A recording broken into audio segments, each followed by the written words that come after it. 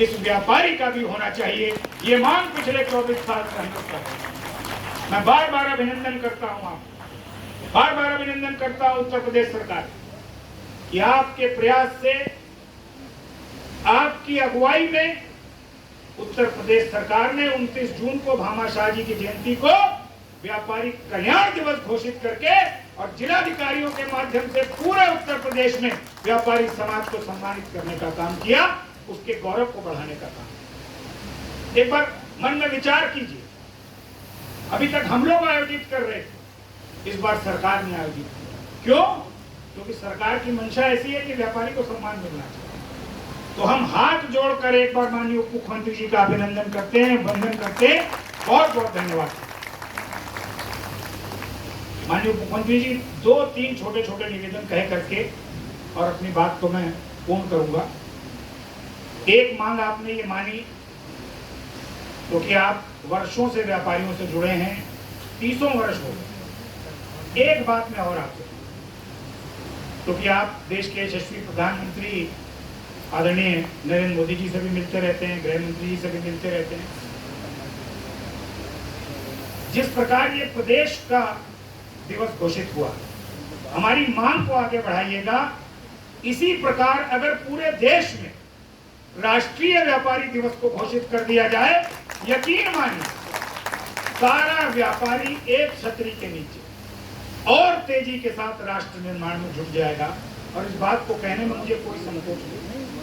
मैं गर्व से कहता हूं कि राष्ट्र भक्ति के मामले में, देशभक्ति के मामले में सभी वर्गों में, सभी धर्मों में अगर कोई है तो वो हमारा व्यापारी समाज है, जो देश के लिए सब कुछ न्यौछावर करने को कहता है। इस मातृभूमि के लिए, इस मिट्टी के लिए, इस भारत माता के लिए। कारगिल का युद्ध हो, गुजरात का भूकंप हो या उत्तराखंड की त्रासदी, हर त्रासदी में सबसे आगे खड़े होने वाला ये व्यापारी है। तो अगर एक राष्ट्रीय व्यापारी दिवस का विषय आपके प्रयास से प्रधानमंत्री जी तक पहुंचेगा, मुझे यकीन है कि वो सफल होगा और पूरे देश के व्यापारी का सीना गर्व से चौड़ा होगा कि हाँ, भारत की सरकार हमें महत्व देती है।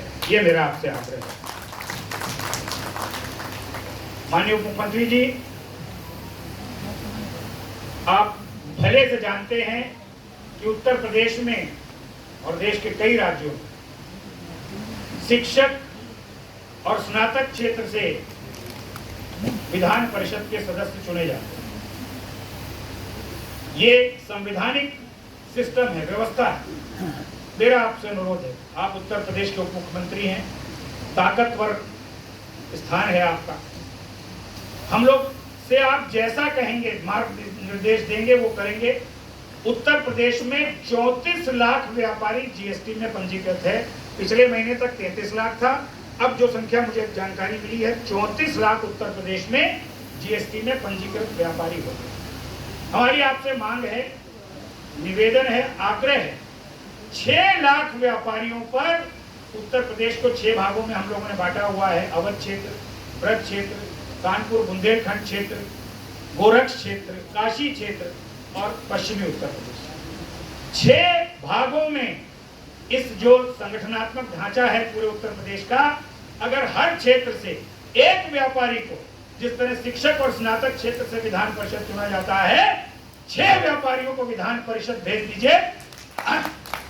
आपका जो राजस्व है, अगर वो 2 गुना नहीं हो जाए तो जो कहिएगा वो सजा भुगतने को तैयार। व्यापारी को लगे कि हाँ, मुझे मुख्य धारा से जोड़ा है, व्यापारी को लगे हाँ, सरकार मुझे और चाहती है कि हम व्यापार और उद्योग को बढ़ाएं। तो ये मेरा एक निवेदन माननीय मुख्यमंत्री जी से होगा कि 6 विधान परिषद के सदस्य हर क्षेत्र से एक अगर सरकार की तरफ से ऐसी व्यवस्था बनती है कि शिक्षक और स्नातक क्षेत्र की तरह मिलेंगे, निश्चित रूप से उत्तर प्रदेश का राजस्व कई गुना बढ़ेगा और पूरे भारत में उत्तर प्रदेश सबसे अग्रिम पंक्ति में जाके खड़ा होगा। ये भरोसा मैं इस मंच के माध्यम से आपको दिलाता हूं।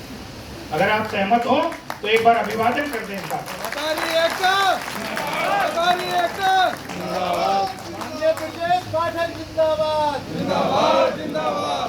और एक महत्वपूर्ण विषय, और वो भी बधाई वाला विषय है कि अभी कैबिनेट ने और आपने निर्णय लिया, सरकार ने, कि उत्तर प्रदेश में जो छोटे छोटे होटल बनाने का एक निर्णय भी कैबिनेट ने आप लोगों ने लिया, उसका हम बहुत स्वागत करते हैं। क्योंकि जिस तरह स्थिति है, हर व्यक्ति को रोजगार नौकरी के रूप में नहीं मिल सकता, ना केंद्र के पास इतनी नौकरी है, ना प्रदेश के पास इतनी नौकरी है।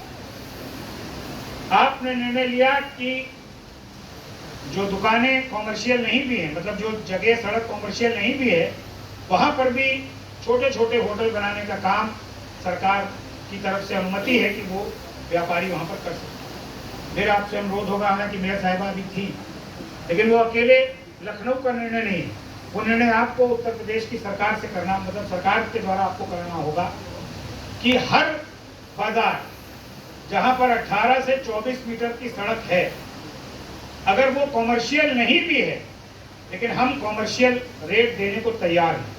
हम बिजली ले रहे हैं कॉमर्शियल, हम हाउस टैक्स दे रहे हैं कॉमर्शियल, हम इनकम टैक्स दे रहे हैं, हम जीएसटी दे रहे हैं, सब कुछ हम कॉमर्शियल कर रहे हैं। लेकिन अभी भी हमारा बहुत सा व्यापारी, उसके सिर पर तलवार लटकी है कि भैया तुम्हें नोटिस मिल गई, कभी भी तुम्हारी दुकान को हम ढा सकते। और खास तौर पर अलीगंज क्षेत्र में, इंदिरा नगर क्षेत्र में, लखनऊ सहित प्रदेश के कुछ ऐसे क्षेत्र हैं, राजाजीपुरम उसी में, जहां पर यह स्थिति है कि जो सड़क 18 से 24 मीटर की है, उसको ये सरकार के द्वारा अनुमति मिल जाए कि जैसे वो 20 कमरे का छोटा होटल बना सकता है, वैसे ही दवाई की दुकान भी खोल सकता है, किराने की दुकान भी खोल सकता है, और जो चाहे वो वहां पर व्यापार कर सकता है। ये निवेदन आज इस मंच के माध्यम से माननीय उप मुख्यमंत्री जी आपसे है।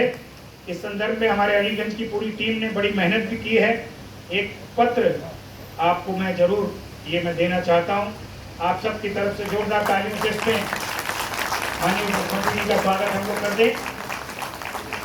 अलीगंज वाले ठीक है? और बैठिए बैठिए। और आज